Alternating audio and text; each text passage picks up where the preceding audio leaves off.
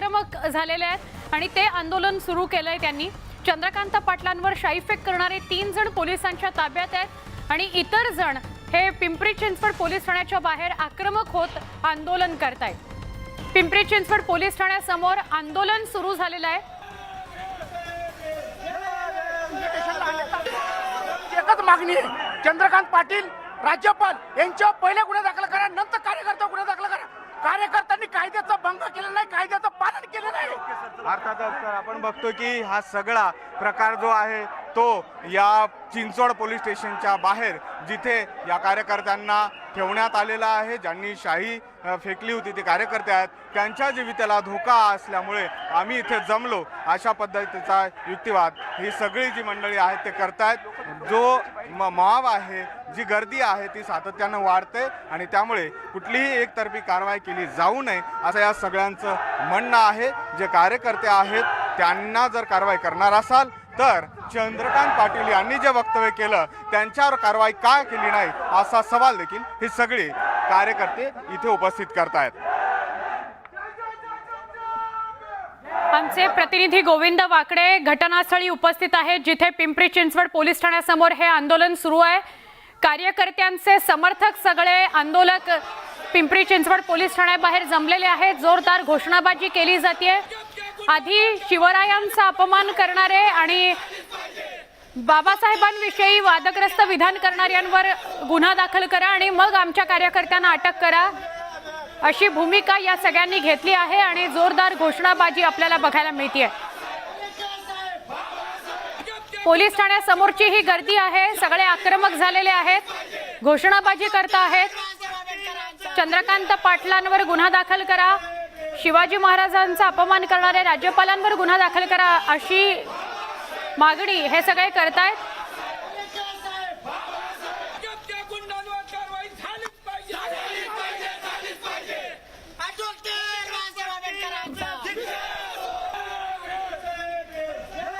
शाईफेक केली म्हणून ज्यांना ताब्यात घेतलेलं आहे त्या तिघांच्या समर्थनार्थ ही गर्दी जमलेली आहे पिंपरी चिंचवड पोलीस ठाण्यासमोर। आमचे प्रतिनिधी गोविंद वाकडे यांना अधिक विचारूया। गोविंद, असं चित्र विरळाच बघायला मिळालं असेल की ज्यांनी शाईफेक केली त्या तिघांना पोलिसांनी पकडलं आणि त्यांना पोलीस ठाण्यात नेल्यानंतर त्या तिघांच्या समर्थनार्थ एवढी मोठी गर्दी जमली आहे। काय नेमका हा सगळा प्रकार आहे? अर्थातच सुवर्ण, शाई फेकीचं समर्थन कोणी करणार नाही, मात्र या सगळ्या कार्यकर्त्यांच्या भावना ज्या आहेत त्या अत्यंत तीव्र आहेत। शाई फेकीचं समर्थन करता येणार नाही तात्या, परंतु काय नेमकं म्हणणं आहे? तुम्ही म्हणताय की जीविताला धोका नाही, मुद्दा असा आहे, शाई फेकीचं समर्थन नाही, पण मंत्री महोदय जे घटनात्मक पदावरती आहे ते छत्रपती शिवाजी महाराज, महाराष्ट्राचा आराध्य महापुरुष, भारतरत्न डॉक्टर बाबासाहेब आंबेडकर, घटनाकार, कर्मवीर भाऊराव पाटील अण्णा ज्यांनी शिक्षण दिलं सगळ्या बहुजन समाजाला, क्रांतिसूर्य महात्मा ज्योतिराव फुले, सावित्रीमाई फुले यांच्याबद्दल मागच्या 8 दिवसापासून 10 दिवसापासून नाही ते बरळतात हरामखोर झाले आणि त्याच्या विरोधात या बहुजन समाजाच्या लोकांनी बोलायचं नाही का? पण आंदोलन केलं, चाय पिकली, काळे झेंडे दाखवले, लाजा नाही वाटत महापुरुषा या युगपुरुषांबद्दल अशा पद्धतीने बोलायला? आणि परत ते आंदोलन करते जे कार्यकर्ते, शाई पिकली, काळे झेंडे पोलिसांनी ताब्यात घेतले, काय कायदेशीर असतील कारवाई? आमचे प्रतिनिधी गोविंद वाकडे जे आंदोलन करतायत त्यांच्याशी बोलतायत। अत्यंत आक्रमक झालेले आहेत सगळे। चंद्रकांत पाटलांवर शाईफेक झाल्यानंतर ज्या तिघांना ताब्यात घेण्यात आलं त्या तिघांच्या समर्थनार्थ हे सगळे कार्यकर्ते एकत्र जमलेले आहेत, उत्स्फूर्तपणे हे एकत्र जमलेले आहेत। खूप मोठी गर्दी जमली आहे पिंपरी चिंचवड पोलीस ठाण्यासमोर।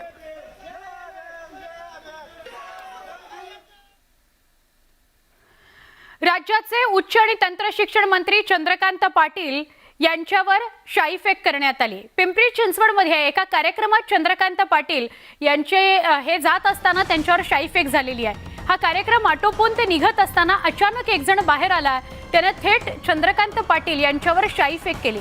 पोलिसांनी तातडीने हालचाल करत चंद्रकांत पाटील यांना सावरलं, तसंच शाईफेक करणाऱ्यालाही ताब्यात घेतलं।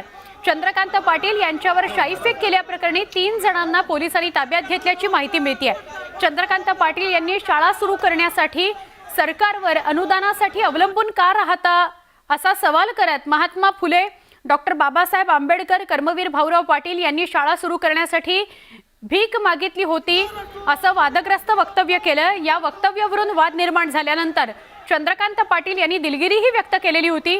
मात्र चंद्रकांत पाटलांविरोधात अनेक ठिकाणी आंदोलनं करण्यात येत आहेत। त्यांनी तो शब्द मागे घेतला, त्यांनी दिलगिरीही व्यक्त केलेली होती, तरी शाई फेकण्यात आलेली आहे त्यांच्यावर।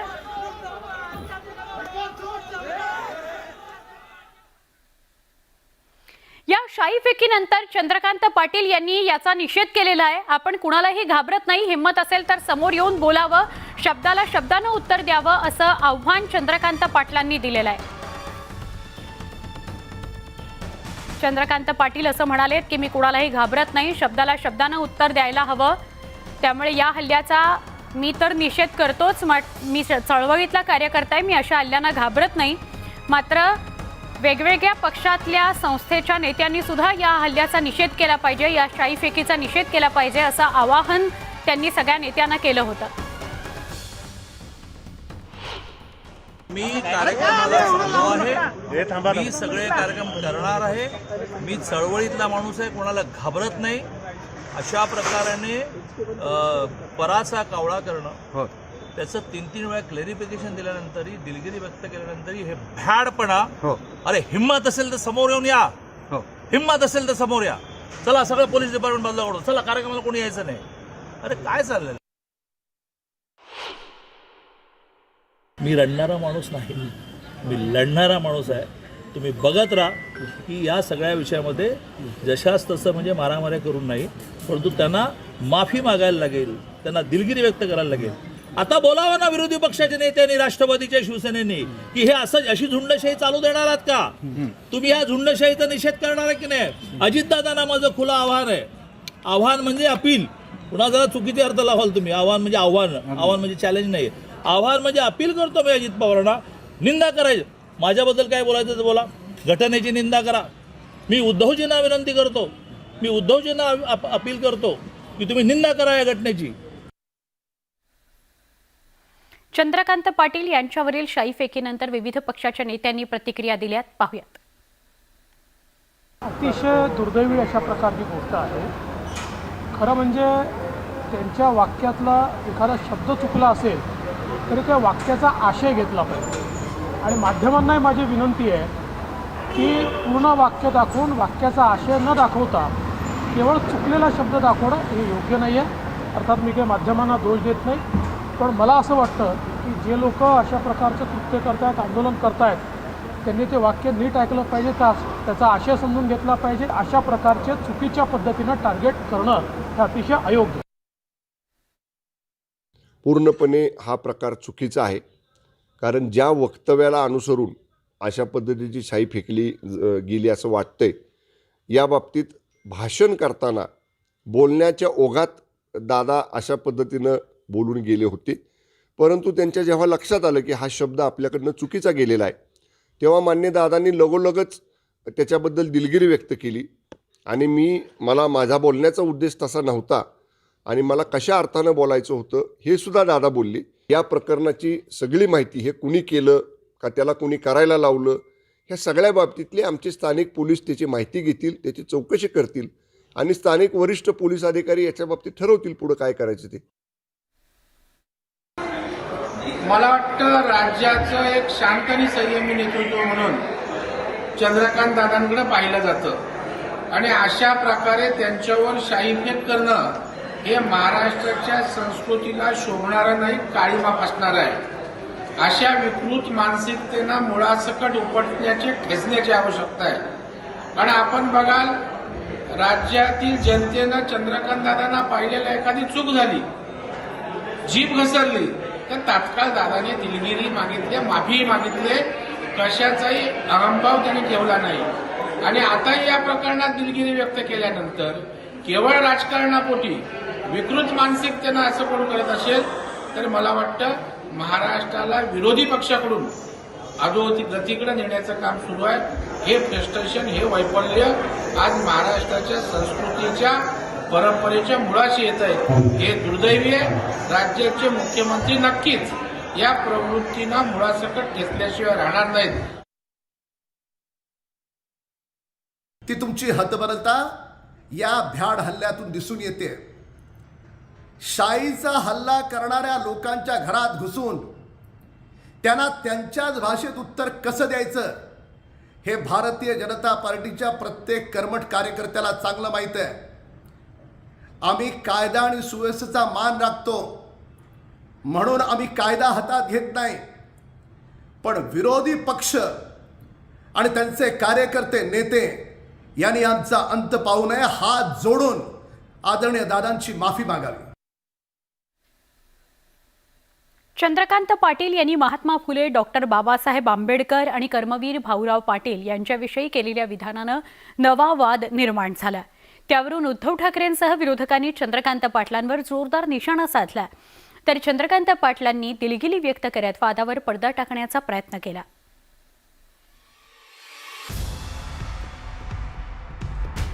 डॉक्टर बाबासाहेब आंबेडकरांनी केल्या, महात्मा ज्योतिराव फुलेंनी केल्या. या सगळ्यांनी शाळा सुरू करताना गव्हर्नमेंटने त्यांना अनुदान नाही दिलं, त्यांनी लोकांकडे भीक मागितली. शाळा चालवतोय, मला पैसे द्या. चंद्रकांत पाटलांच्या या विधानानं महाराष्ट्रात वाद निर्माण झाला. महात्मा फुले, डॉक्टर बाबासाहेब आंबेडकर आणि कर्मवीर भाऊराव पाटील यांच्या संदर्भातील या विधानानं रोष निर्माण झाला आणि या रोषातून चंद्रकांत पाटलांवर थेट शाईफेक करण्यात आली.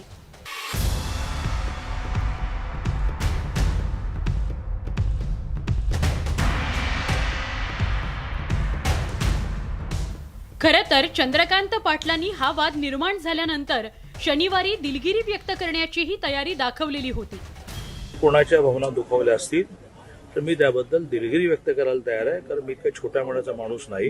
माझ्या मनात जर श्रद्धा आहे, माझ्या रक्तामध्ये आंबेडकर, महात्मा फुले हे आहेत, तर डॉक्टर बाबासाहेब आंबेडकरांबद्दल कोणाच्या मनात गैरसमज निर्माण झाला असेल तर दिलगिरी व्यक्त करायला माझी काय अडचण नाही. मी इतका छोट्या मनाचा नाही, तुम्ही छोट्या मनाच्या आहात. तुम्हाला राजकारण करण्यासाठी रोज काहीतरी शोधायचं असतं. पण त्यानंतरही संध्याकाळी पिंपरी चिंचवडच्या मोरिया गोसावी गावात त्यांच्यावर शाईफेक करण्यात आली. या शाईफेकी आधीच चंद्रकांत पाटलांच्या या विधानानं वाद निर्माण केला होता. शुक्रवारपासूनच राजकारणी आणि पक्षांकडून या विरोधात संतप्त प्रतिक्रिया येत होत्या. शनिवारीही विरोधकांनी चंद्रकांत पाटलांच्या या विधानाचा जोरदार समाचार घेतला. कुठले शब्द कसे वापरायचे, काय करायचं, आणि तुम्ही पुण्यासारख्या विद्येचं माहेरघर असणाऱ्या जिल्ह्यामध्ये तुम्ही पालकमंत्री आहात. तुम्ही तुमची पण बदनामी करता, आमची पण करता, कारण आमच्या जिल्ह्याचे पालकमंत्री. बाकीचे जिल्हे म्हणते बघा ह्याच्या पालकमंत्र्याला कळतंय का नाही. हे अखलेचे कांदे आहेत सगळे. कोणी भीक मागितली? मग तुमच्या तिजोरीमध्ये जे पैसे येत आहेत पक्षाच्या ती भीक आहे असंच मानलं पाहिजे. आणि जे खोके तुम्ही वाटलेत महाराष्ट्रात सत्ता आणण्यासाठी ती सुद्धा भिकत दिली असं म्हटलं पाहिजे. ज्योतिबा फुले, डॉक्टर बाबासाहेब आंबेडकर, कर्मवीर भाऊराव पाटील, विठ्ठलरामजी शिंदे यांनी लोकवर्गणीतून संस्था उभ्या केल्या. लोकवर्गणीतून.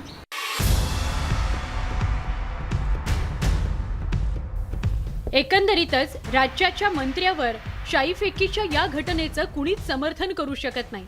बहुतांश विरोधकांनी देखील या घटनेचा निषेधच नोंदवलाय. पण लोकांचं प्रतिनिधित्व करणाऱ्या नेत्यांनी लोकांचे आदर्श असलेल्या महापुरुषांसंदर्भात बोलताना काळजी घेण्याची गरज आहे. पिंपरी चिंचवडहून गोविंद वाकडेसह ब्युरो रिपोर्ट, न्यूज 18 लोकमत. खासदार संजय राऊतांनी बाळासाहेबांच्या शिवसेनेवर खास त्यांच्या शैलीत हल्लाबोल केलेला आहे. महाराष्ट्राच्या प्रश्नावर सत्ताधारी गप्प असल्याबद्दल संजय राऊतांनी संताप व्यक्त केलाय. तर कृषी मंत्री अब्दुल सत्तार यांनी संजय राऊतांच्या टीकेला उत्तर दिलं.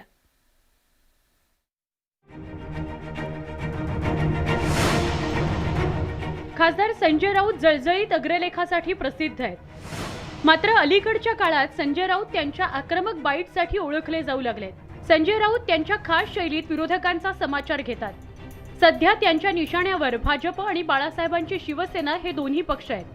प्रतिस्पर्धी नेत्यांवर टीका करताना संजय राऊत मुळीच मुलाहिजा बाळगत नाहीत. विरोधकांना वेगवेगळ्या उपमा देऊन नामोहरम करण्याचा प्रयत्न संजय राऊतांकडून केला जातो. यावेळी तर त्यांनी सीमा भाग आणि बाळासाहेबांची शिवसेना पक्षाचं चिन्ह यावरून जोरदार निशाणा साधलाय. कुलूप लावलंय तोंडाला. त्यांची निशाणी कुलूप पाहिजे, ढाल तलवार नको. त्यांच्या गटाला जी निशाणी दिलेली आहे ती ढाल तलवार न देता कुलूप द्यायला हवी. आणि चावी दिल्लीत आहे. ते जेव्हा उघडतील तेव्हा ते बोलतील, पण बोलण्याची हिंमत नाही. ती हिंमत फक्त शिवसेनेमध्ये आहे. संजय राऊतांनी केलेली टीका बाळासाहेबांच्या शिवसेना पक्षाच्या नेत्यांच्या जिव्हारी लागली. मग काय, बाळासाहेबांच्या शिवसेनेकडूनही संजय राऊतांना जशास तसं उत्तर देण्यात आलं. जामीन मिळाल्यानं संजय राऊतांची नुकतीच जामिनावर सुटका झाली आहे. त्यामुळे जेल आणि कुलपाची सांगड घालत संजय राऊतांना अब्दुल सत्तारांनी उत्तर दिलं. आता मी तर शिंदे गटाचाच आहे. मी ज्या शब्दामध्ये बोलू लागलो त्या शब्दामध्ये कुठेही कुलपकुंजीचा प्रश्न नाहीये.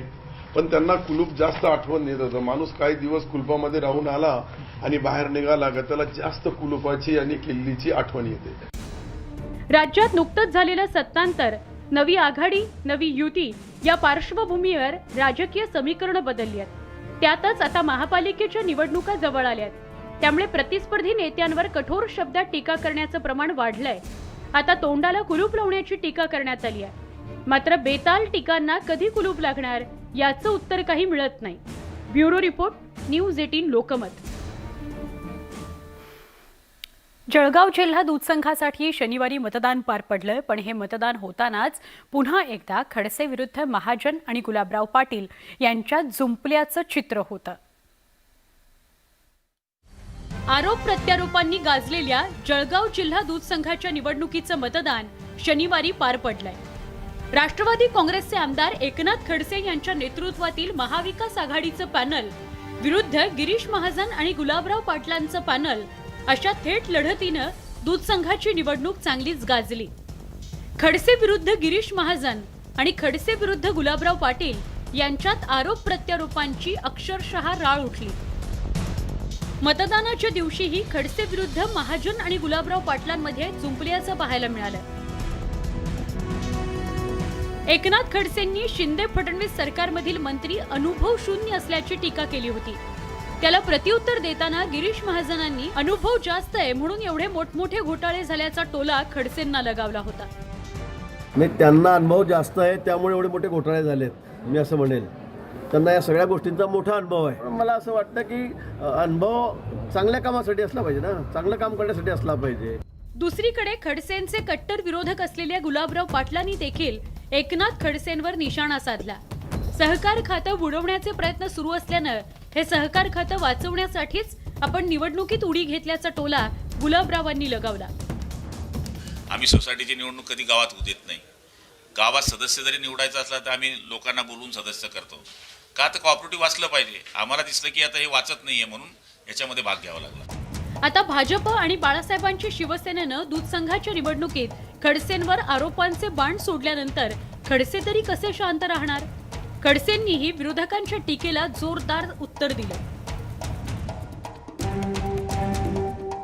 समोरचे जे आहे त्यांना सत्तेचा एक माज आलेला, एक मस्ती आलेली आहे आणि निवळ खोक्यांच्या बळावर ही निवडणूक जिंकली पाहिजे अशा स्वरूपाचं आहे. त्यांना शेतकऱ्यांचं काही घेणं देणं नाही आहे. त्यांना कशाचे फक्त संस्था आपल्या ताब्यामध्ये आले पाहिजे, त्याच्यामध्ये जमीन कशी हडप करता येईल याचा विचार त्यांच्यासमोर दिसतो आहे. आणि हे मतदार जाणून आहे की यांचा हेतू सुद्धा नाही आहे. जळगाव जिल्हा दूध संघाच्या निवडणुकीत दिग्गज उमेदवार मैदानात उतरले. एकनाथ खडसेंविरोधात गिरीश महाजन आणि गुलाबराव पाटील यांच्यातील या थेट संघर्षात मतदार कुणाच्या बाजूने कौल देतात हे पाहणं महत्त्वाचं ठरणार आहे. जळगावहून नितीन नांदुरकरसह ब्युरो रिपोर्ट, न्यूज 18 लोकमत.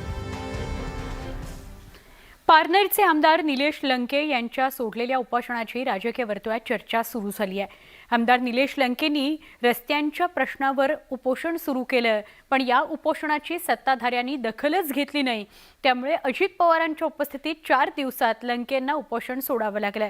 त्यामुळे हे आंदोलन यशस्वी झालं की फसलं याची खुसखुशीत चर्चा नगरमध्ये रंगली आहे.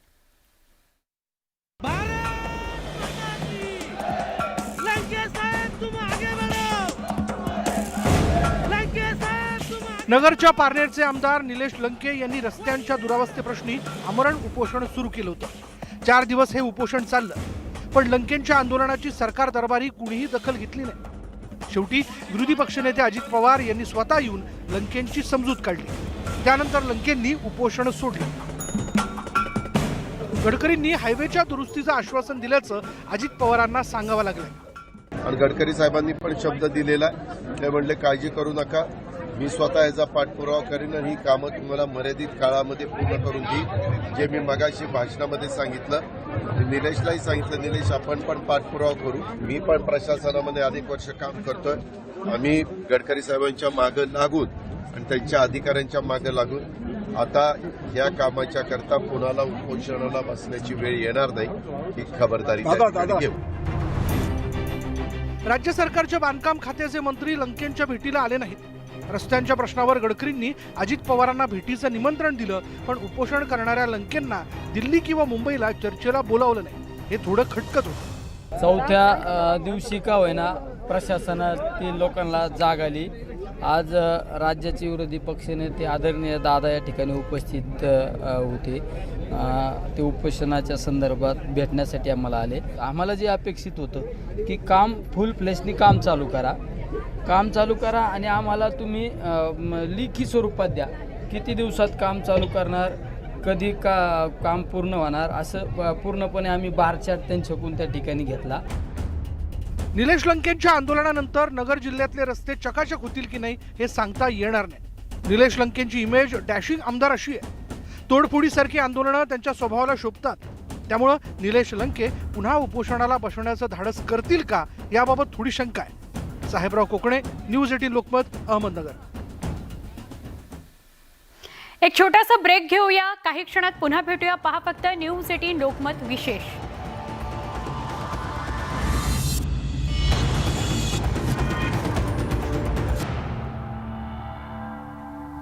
पुन्हा एकदा स्वागत न्यूज 18 लोकमत विशेषमध्ये. कर्नाटकचे मुख्यमंत्री बसवराज बोम्मई जाणीवपूर्वक चिथावणीखोर वक्तव्य करत असल्याचं आता लपून राहिलेलं नाही. सीमावादावरून महाविकास आघाडीच्या खासदारांनी केंद्रीय गृहमंत्र्यांची शुक्रवारी भेट घेतली, मात्र त्यामुळे कोणताही फरक पडणार नसल्याचं ट्विट बोम्मईंनी केलंय. बेळगाव सीमा प्रश्नावरून वाद चिघळत ठेवण्याचा प्रयत्न कर्नाटकचे मुख्यमंत्री बसवराज बोम्मईंकडून जाणीवपूर्वक केला जातोय खरा, पण सीमा प्रश्नी निर्माण झालेल्या वादाच्या पार्श्वभूमीवर महाविकास आघाडीच्या खासदारांनी शुक्रवारी केंद्रीय गृहमंत्री अमित शहांची भेट घेतली होती. तसंच अमित शहांना या प्रकरणात मध्यस्थी करण्यासाठी गळ घातली होती. कर्नाटकचे मुख्यमंत्री पुन्हा बरळले. शहांच्या मध्यस्थीवर बोम्मईंचा सवाल. बेळगाव सीमावादावर बोम्मईंची बोंब. बेळगाव सीमा प्रश्नावरून वाद चिघळत ठेवण्याचा प्रयत्न कर्नाटकचे मुख्यमंत्री बसवराज बोम्मईंकडून जाणीवपूर्वक केला जातोय. खरं तर सीमा प्रश्नी निर्माण झालेल्या वादाच्या पार्श्वभूमीवर महाविकास आघाडीच्या खासदारांनी शुक्रवारी केंद्रीय गृहमंत्री अमित शहांची भेट घेतली होती. तसंच अमित शहांना या आंदोलनात मध्यस्थी करण्यासाठी गळ घातली होती. मात्र या भेटीवरून बोम्मईंनी महाराष्ट्राला डिवचलंय. महाराष्ट्राच्या प्रतिनिधी मंडळानं केंद्रीय गृहमंत्र्यांची भेट घेतली, मात्र त्यामुळे काहीही फरक पडणार नाहीये. महाराष्ट्रानं यापूर्वीही असा प्रयत्न केला होता. हे प्रकरण सर्वोच्च न्यायालयात आहे. आमची बाजू वैध असून कोर्टात आमची स्थिती भक्कम आहे. आमचं सरकार सीमा प्रश्नी कोणतीही तडजोड करणार नाही. बोम्मईंच्या या ट्विटमुळे राज्यातील राजकीय वातावरण चांगलंच तापलंय. मवियाच्या नेत्यांनी सत्ताधारी शिंदे सरकारवर तोफ डागली आहे. कर्नाटकच्या मुख्यमंत्र्याची भूमिका अशी दिसते आहे, आमचं ते आमचं आणि तुमचं ते आमच्या बापाचं. पण आमचे मुख्यमंत्री काय करतायत हा आमचा पुढला प्रश्न आहे. कर्नाटकचे मुख्यमंत्री काय बोलतायत आणि काय सांगतायत याच्याशी महाराष्ट्राला काय पडलेलं नाहीये. महाराष्ट्राचे मुख्यमंत्री जे सध्या इकडले प्रमुख आहेत ते बोम्मईंना कशा प्रकारे उत्तर देत आहेत किंवा ते या लढाईमध्ये उतरले आहेत की नाही, कुठे आहेत. बसवराज बोम्मईंच्या या ट्विटवरून दोन्ही शिवसेनेत वादाचा सामना रंगल्याचं पाहायला मिळतंय. ठाकरेंच्या पक्षानं मुख्यमंत्री एकनाथ शिंदेंवर निशाणा साधलाय, तर बाळासाहेबांची शिवसेना पक्षाकडून सबुरीची भूमिका घेतल्याचं पाहायला मिळत आहे. सध्या सीमा भागामध्ये शांतता हे करणं, मानवी हक्काप्रमाणे जे प्रत्येक भारतात राहणाऱ्या माणसाचे हक्क आहेत ते त्यांना मिळाले पाहिजेत. जोपर्यंत आमच्या केसचा निकाल लागत नाही तोपर्यंत ते हक्क मिळवून देण्यासाठी भारताचे गृहमंत्री सक्षम आहेत. त्यांनी मीटिंग बोलवलेली आहे आणि या मीटिंगमध्ये योग्य त्या सूचना ते कर्नाटक शासनाला देतील. त्यांनी म्हटलं की 1 इंच आम्ही जमीन देणार नाही, त्यांच्याकडून जमीन आम्हाला बिलकुल नको, आमची जमीन सुप्रीम कोर्ट आम्हाला देणार आहे. त्याच्यामुळे त्यांनी त्याच्याबद्दल काळजी करण्याचं कारण नाही. कर्नाटकातही भाजपचीच सत्ता असल्यामुळे राज्यातील सत्ताधारी भाजपची चांगलीच कोंडी झाली आहे. बेळगाव सीमावादावरून विरोधकांनी शिंदे सरकारवर टीकेची झोड उठवली आहे, तर भाजप नेत्यांना विरोधकांच्या टीकेला तोंड देताना तारेवरची कसरत करावी लागते. कर्नाटकचे मुख्यमंत्री काय बोलास ते बोलू दे, केस सुप्रीम कोर्टमध्ये आहे. सुप्रीम कोर्टमध्ये संपूर्ण ताकदीने देवेंद्रजी एकनाथजी आपलं सबमिशन करून चुकलेले आहे आणि या केसमध्ये भडकाऊ भाषणं करून तिकडून किंवा इकडून सीमा भागातल्या लोकांच्या भावना भडकवून दोन्हीकडून कुठलेही वक्तव्य होऊ नये या मताचा मी आहे, कारण दोघांच्या हातात केस नाहीये. कर्नाटकचे मुख्यमंत्री बसवराज बोम्मईंकडून बेळगाव सीमावादावर वारंवार चिथावणीखोर वक्तव्य केली जात आहे. विशेष म्हणजे त्यांनी मुख्यमंत्री एकनाथ शिंदे यांच्याशी फोनवरून चर्चाही केली होती, मात्र त्यानंतरही बोम्मईंचं बरळणं काही थांबलेलं नाही. Bureau report, News 18 Lokmat. सीमा प्रश्नी अमित शहांपेक्षा पंतप्रधान नरेंद्र मोदीच तोडगा काढू शकतील असं मत उद्धव ठाकरेंनी व्यक्त केलंय. संयुक्त महाराष्ट्राविषयी पंतप्रधान मोदींची काय भूमिका आहे ते त्यांनी जाहीर करण्याची मागणी उद्धव ठाकरेंनी केली.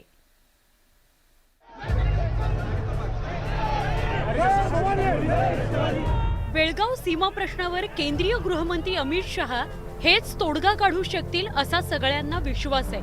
त्यामुळेच महाराष्ट्रातील सत्ताधाऱ्यांसह विरोधी पक्षाच्या नेत्यांनी केंद्रीय मंत्री अमित शहांच्या गाठीभेटी घ्यायला सुरुवात केली आहे. पण या प्रश्नावर पंतप्रधान नरेंद्र मोदीच तोडगा काढू शकतात असं उद्धव ठाकरेंना वाटतं. त्यामुळेच सीमा प्रश्नी मोदींनी परखड मत मांडावं असं उद्धव ठाकरेंनी म्हटलंय. जर पंतप्रधानांनी उद्या जरूर यावं, आम्हाला जरूर आमचे कान टोचावे, तुमचा तो अधिकार आहे, त्यांचा अधिकार आहे. पण ते अधिकार तो दिल्यानंतर तुम्ही महाराष्ट्र आणि कर्नाटक, जो कर्नाटक व्याप्त महाराष्ट्र आहे आणि कर्नाटकच्या मुख्यमंत्र्याची आरेरावी जी सुरू आहे तिच्याबद्दल सुद्धा तुम्ही सणकून बोललंच पाहिजे. अख्खा महाराष्ट्र तुमची उद्या महाराष्ट्र आणि कर्नाटकाच्या प्रश्नावरती भूमिकेची वाट बघतोय. बेळगाव निपाणी कारवारसह मराठी भाषिकांचा संयुक्त महाराष्ट्र झालाच पाहिजे अशी उद्धव ठाकरेंच्या पक्षाची भूमिका आहे. संयुक्त महाराष्ट्राविषयी पंतप्रधान नरेंद्र मोदींची काय भूमिका आहे ते त्यांनी जाहीर करण्याची मागणीही उद्धव ठाकरेंनी केली आहे. हे रस्ते होतील आणि ते केलेच पाहिजे, पण एका मोठ्या रस्त्याचं तुम्ही उद्घाटन करत असताना महाराष्ट्र आणि कर्नाटकाचा रस्ता कर्नाटक महाराष्ट्रासाठी बंद करत असेल आणि बंद केलेला असेल तर पंतप्रधान म्हणून तुम्ही त्यांना काय बोलणार आहात आणि महाराष्ट्राला काय दिलासा देणार आहे ते पहिलं बोला आणि मग शिवसेना प्रमुखांच्या नावाने असलेल्या त्या महामार्गाचं उद्घाटन करा. आणि स्वतः शिवसेना प्रमुख हे त्या सीमा प्रश्नासाठी 3 महिने तुरुंगात राहिले होते आणि शिवसेनेची आणि बाळासाहेबांची भूमिका ही पूर्णपणे स्पष्टपणाने बेळगाव कारवार निपाणीसह संयुक्त महाराष्ट्र झालाच पाहिजे. मुंबईसह महाराष्ट्रातल्या अनेक सीमा भागांवर वेगवेगळ्या राज्यांचा डोळा आहे. याबाबत पंतप्रधान नरेंद्र मोदींनी त्यांची भूमिका स्पष्ट केल्यास भविष्यात सरकारला खिंडीत गाठण्याची रणनीती उद्धव ठाकरेंची असावी. पण भाजपची सीमावादावरची सावध भूमिका पाहता मोदी सहजासहजी ठाकरेंच्या जाळ्यात अडकणार नाहीत हे अधोरेखित होत आहे. जालन्याहून रवी जयस्वालसह ब्युरो रिपोर्ट, न्यूज 18 लोकमत. सीमावादाच्या प्रश्नावर कोल्हापूरमध्ये महाविकास आघाडीने केलेल्या आंदोलनावर टीका करण्यात आली आहे. आंदोलनासाठी उभारण्यात आलेल्या मंडपाच्या खांबांना चक्क कानडी झेंड्याचा रंग देण्यात आला होता. त्यामुळे आंदोलनाचा रागरंगच बिघडला. मात्र त्यानंतर मवियाच्या नेत्यांनी सारवासारव करून कर्नाटकवर निशाणा साधला. मवियाच्या आंदोलनात कानडी खांब, खांबाला लाल पिवळा रंग,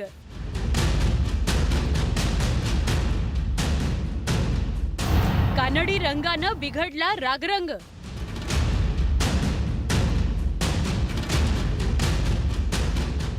मंडपाच्या खांबांना लाल आणि पिवळ्या रंगाचं हे कापड गुंडाळण्यात आलंय. हा रंग तुमच्या लक्षात आलाच असेल.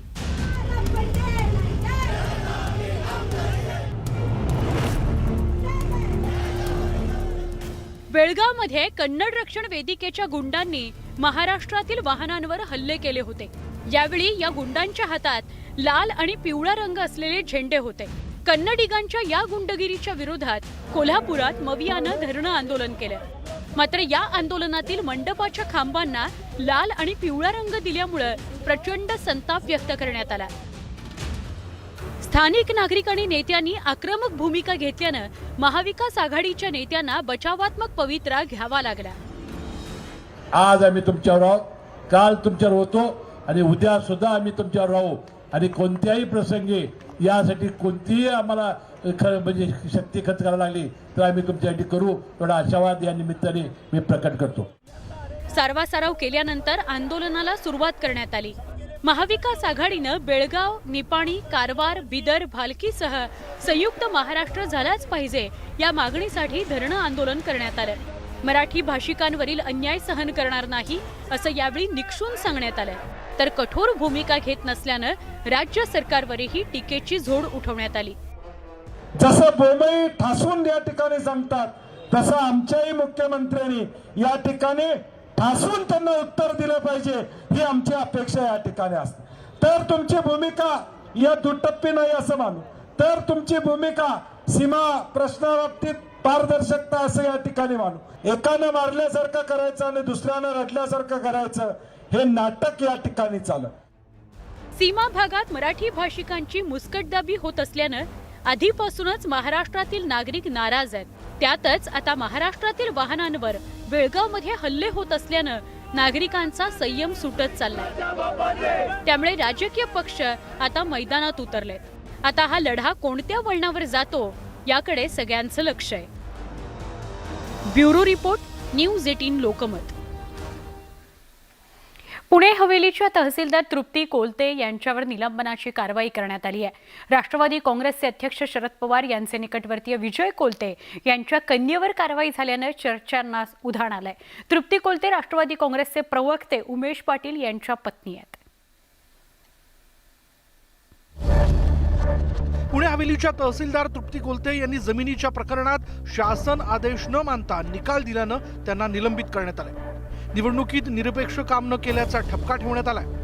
तृप्ती कोलते या शरद पवारांच्या निकटवर्तीय विजय कोलते यांच्या कन्या आहेत. तर राष्ट्रवादी काँग्रेसचे प्रवक्ते उमेश पाटील यांच्या तृप्ती कोलते या पत्नी आहेत. तहसीलदार तृप्ती कोलते यांनी जमिनीच्या प्रकरणात चुकीचा निर्णय देणं, जमिनीच्या प्रकरणात शासन आदेश न मानता निकाल देणं, कोविड काळातील औषध खरेदीत अनियमितता तसंच निवडणुकीशी संबंधित कामाबद्दल तक्रारीच्या पार्श्वभूमीवर त्यांच्यावर कारवाई करण्यात आली. तृप्ती कोलते 2 वर्षांपासून हवेलीच्या तहसीलदार आहेत. तृप्ती कोलते यांनी धडाडीच्या तसंच कार्यक्षम अधिकारी म्हणून नाव कमावलंय. मात्र आता निलंबनाची मोठी कारवाई झाल्यानं जिल्ह्यात वेगवेगळ्या प्रकारच्या चर्चा सुरू झाल्यात. Bureau report, News 18 Lokmat. Love जिहादच्या मुद्द्यावर राज्य सरकारनं आता गंभीरपणे पावलं टाकायला सुरुवात केलेली आहे. आंतरधर्मीय प्रेम प्रकरणात कुटुंबापासून दुरावलेल्या मुलींकरता राज्य सरकार विशेष समिती स्थापन करणार आहे. भविष्यात श्रद्धा वालकर हत्याकांडाची पुनरावृत्ती होऊ नये याकरता राज्य सरकारकडून ही खबरदारीची पावलं उचलली जात आहेत. राज्यातील मुलींच्या सुरक्षेसाठी राज्य सरकारनं विशेष समिती स्थापन करण्याचा निर्णय घेतलाय. इतकंच नव्हे तर कायदा आणण्याच्या दृष्टीनंही प्रयत्न सुरू झालेत. श्रद्धा वालकर हत्याकांडामुळे राज्यात लव्ह जिहाद कायदा आणण्याच्या हालचाली सुरू झाल्यात. हिवाळी अधिवेशनात विधेयक मांडण्याची शक्यता वर्तवली जाते. मात्र विधेयक आणण्यापूर्वीच आंतरधर्मीय विवाह करणाऱ्या मुलींच्या सुरक्षेसाठी राज्य सरकारनं मोठं पाऊल उचललं. येत्या 7 दिवसात 10 सदस्यीय समिती स्थापन केली जाणार आहे. आम्ही पूर्वी एक कमिटीच्या गठीतचा आदेश दिलेला आहे. एक 7 दिवसाच्या आत ते कमिटी डिक्लेअर होणार आहे. त्या कमिटीचं नाव आहे आंतरजातीय विवाह करून मुलं मुली जे आहे त्यांचे ते आपले जे मूल परिवारातून त्यांचा संबंध कमी झाला आहे त्यांच्या समस्याचे निराकरणासाठी समिती गठीत होणार आहे. 10 लोकांची समिती होणार आहे. सरकारनं समिती स्थापन करण्याचा निर्णय घेण्यामागे एक मोठं कारण आहे. आंतरधर्मीय लग्नामुळे मुली मूळ कुटुंबापासून विभक्त होतात. ज्यांच्याशी लग्न होतं त्यांनाही हे माहिती असतं की मुलीला कुणी विचारणार नाही. त्यातूनच श्रद्धा वालकर हत्याकांड घडलं होतं. भविष्यात असे प्रकार घडू नये यासाठी कुटुंबाच्या इच्छेविरोधात जाणाऱ्या मुला मुलींशी सरकार संवाद ठेवणार आहे. असं मुलं मुली आंतरजातीय विवाह करून पळवतात, आपले परिवाराची इच्छा विरुद्ध जातात. त्यांचे सरकार त्यांच्याबरोबर कोऑर्डिनेशन ठेवणार आहे. सरकार त्यांच्यावर कम्युनिकेशन करणार आहे आणि गरज पडली तर त्यांचे सहायता पण करणार आहे. लव्ह जिहादच्या विरोधात भाजप आमदार नितेश राणे यांनी सातत्यानं आक्रमक भूमिका घेतली. त्यामुळे लव्ह जिहाद विरोधी कायद्यासाठी विधेयकाचा मसुदा निश्चित करण्यासाठी आमदार नितेश राणेंसह काही आमदारांना जबाबदारी देण्यात आली आहे. देशात ज्या राज्यांमध्ये लव्ह जिहाद विरोधी कायदा लागू करण्यात आला आहे त्या कायद्यांचा अभ्यास केला जातोय. आंतरधर्मीय लग्न करणाऱ्या मुला मुलींसोबत अनेकदा त्यांचे कुटुंबीय संबंध ठेवत नाहीत. अशावेळी त्या मुला मुलींना धोकाही निर्माण होऊ शकतो. त्यामुळे राज्य सरकारनं घेतलेला समिती स्थापन करण्याचा निर्णय संकटात असलेल्या मुलींसाठी नक्कीच फायदेशीर ठरू शकतो. Bureau report, News 18 Lokmat. News 18 Lokmat विशेषमध्ये एक छोटासा ब्रेक घेऊया. पहा, काही क्षणात लगेच भेटतोय.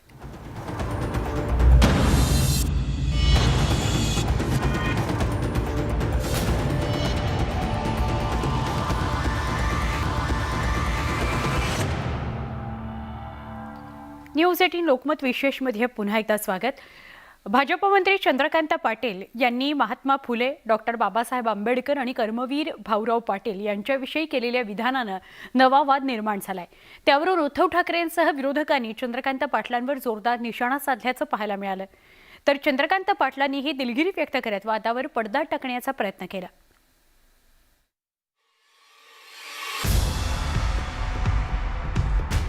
डॉक्टर बाबासाहेब आंबेडकरांनी केल्या, महात्मा ज्योतिराव फुलेंनी केल्या. या सगळ्यांनी शाळा सुरू करताना गव्हर्नमेंटने त्यांना अनुदान नाही दिलं. त्यांनी लोकांकडे भीक मागितली, शाळा चालवतोय मला पैसे द्या. चंद्रकांत पाटलांच्या या विधानानं महाराष्ट्रात वाद निर्माण झाला. महात्मा फुले, डॉक्टर बाबासाहेब आंबेडकर आणि कर्मवीर भाऊराव पाटील यांच्या संदर्भातील या विधानानं रोष निर्माण झाला आणि या रोषातून चंद्रकांत पाटलांवर थेट शाईफेक करण्यात आली.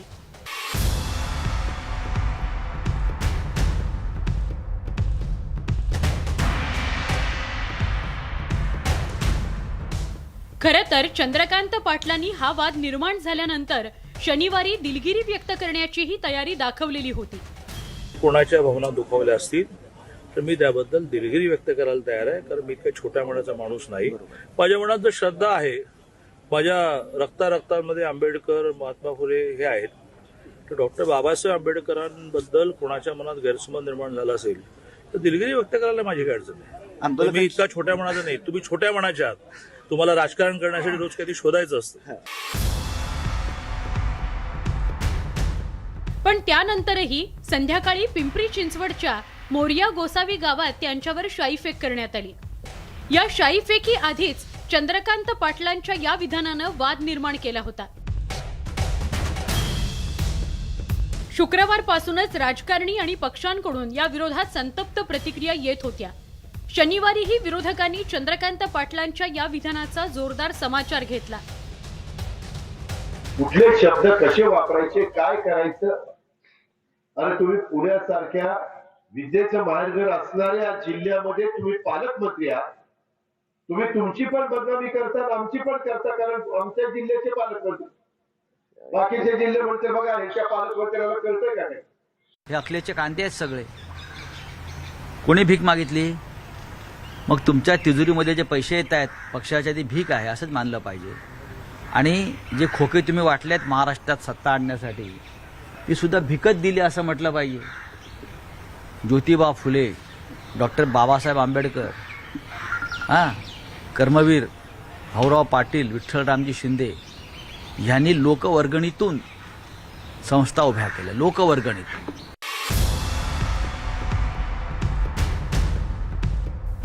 एकंदरीतच राज्याच्या मंत्र्यावर शाईफेकीच्या या घटनेचं कुणीच समर्थन करू शकत नाही.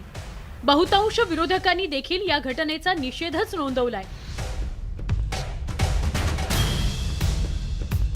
पण लोकांचं प्रतिनिधित्व करणाऱ्या नेत्यांनी लोकांचे आदर्श असलेल्या महापुरुषांसंदर्भात बोलताना काळजी घेण्याची गरज आहे. पिंपरी चिंचवडहून गोविंद वाकडेसह ब्युरो रिपोर्ट, न्यूज 18 लोकमत.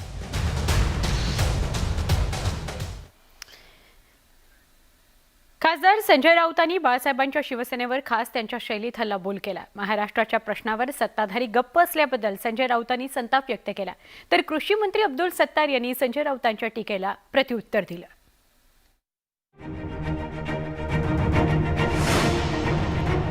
खासदार संजय राऊत जळजळीत अग्रलेखासाठी प्रसिद्ध आहेत. मात्र अलीकडच्या काळात संजय राऊत त्यांच्या आक्रमक बाईटसाठी ओळखले जाऊ लागलेत. संजय राऊत त्यांच्या खास शैलीत विरोधकांचा समाचार घेतात. सध्या त्यांच्या निशाण्यावर भाजप आणि बाळासाहेबांची शिवसेना हे दोन्ही पक्ष आहेत. प्रतिस्पर्धी नेत्यांवर टीका करताना संजय राऊत मुळीच मुलाहिजा बाळगत नाहीत. विरोधकांना वेगवेगळ्या उपमा देऊन नामोहरम करण्याचा प्रयत्न संजय राऊतांकडून केला जातो.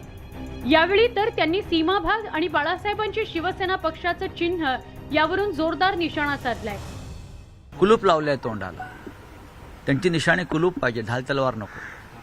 त्यांच्या गटाला जे निशाणे दिलेले आहे ते ढाल तलवार न देता कुलूप द्यायला हवी.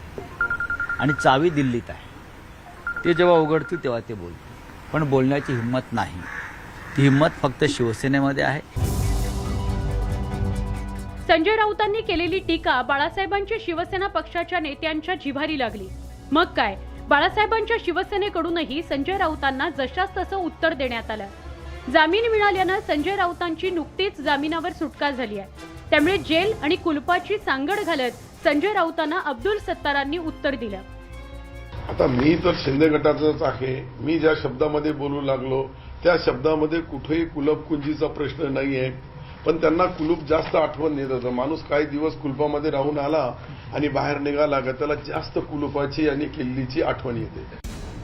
राज्यात नुकतंच झालेलं सत्तांतर, नवी आघाडी, नवी युती या पार्श्वभूमीवर राजकीय समीकरणं बदलली आहेत. त्यातच आता महापालिकेच्या निवडणुका जवळ आल्यात. त्यामुळे प्रतिस्पर्धी नेत्यांवर कठोर शब्दात टीका करण्याचं प्रमाण वाढलंय.